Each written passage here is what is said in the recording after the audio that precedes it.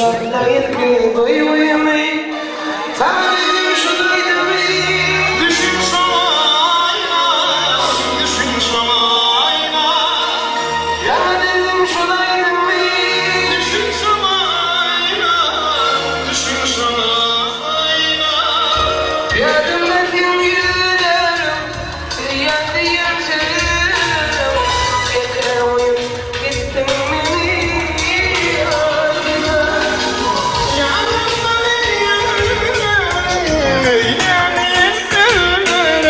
Yeke oyun gülleri ayna.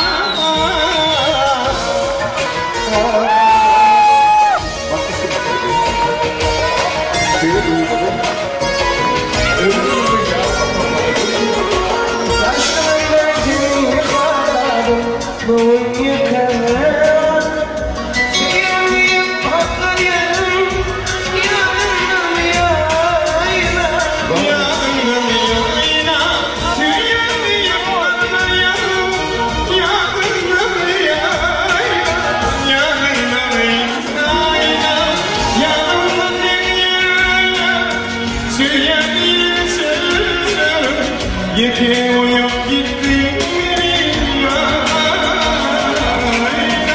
Yardım dedim yürüdüm Seyyardayım tüydüm Yakın uyup gittim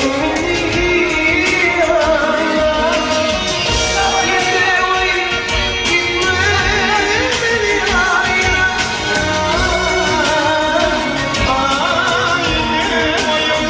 gitme beni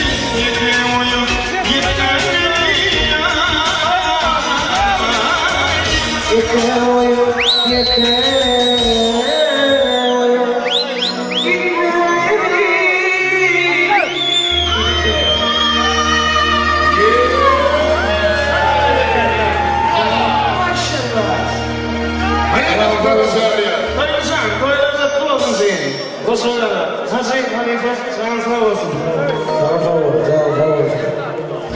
Arkadan sayesinde yaşlar baktı oğlum.